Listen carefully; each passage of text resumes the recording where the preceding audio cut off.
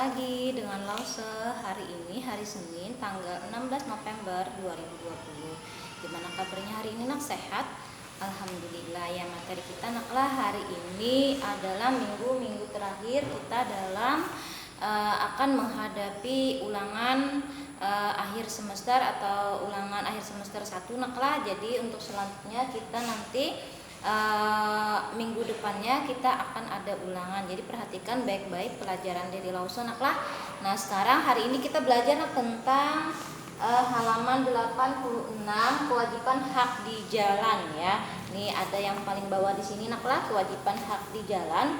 Ya, dengarkan baik-baik. Bel sekolah telah berbunyi. Dika dan teman-teman pulang sekolah. Dika pulang bersama Tino dan Lucky. Mereka pulang dengan berjalan kaki. Mereka berjalan di trotoar. Banyak pedagang yang berjualan di trotoar, sehingga Dika, Tino, dan Lucky terkadang harus turun dari trotoar. Dika sedih karena trotoar itu disediakan bagi pejalan kaki. Seharusnya pejalan kaki berhak mendapatkan kenyamanan di trotoar. Sebaiknya para pedagang juga menghormati hak-hak pejalan kaki. Para pedagang tidak boleh berjualan di trotoar.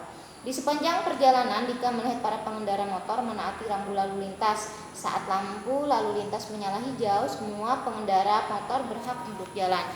Saat lampu lintas menyala merah, semua pengendara motor wajib berhenti. Saat akan menyeberang jalan, mereka menyeberang melewati zebra cross. Zebra cross adalah alat sarana yang disediakan bagi pejalan kaki ketika menyeberang jalan. Saat menyeberang jalan harus melalui zebra cross agar aman. Nah, materi kali ini adalah naklah tentang hak-hak kita di jalan.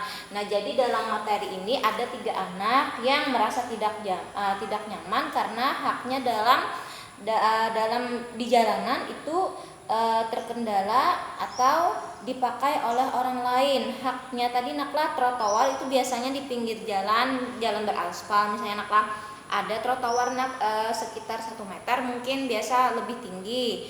Nah itu digunakan untuk pejalan kaki. Nah itu digunakan orang di sini untuk berjualan. Nah ketika dia berjalan kemudian karena tidak muat maka dia turun ke bawah.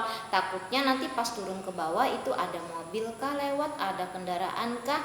Nah itu bisa aja kalau orang nggak lihat kan tertabrak. Nah itu berarti kita kalau yang menggunakan trotoar itu untuk berjualan maka itu berarti melanggar hak pejalan kaki naklah.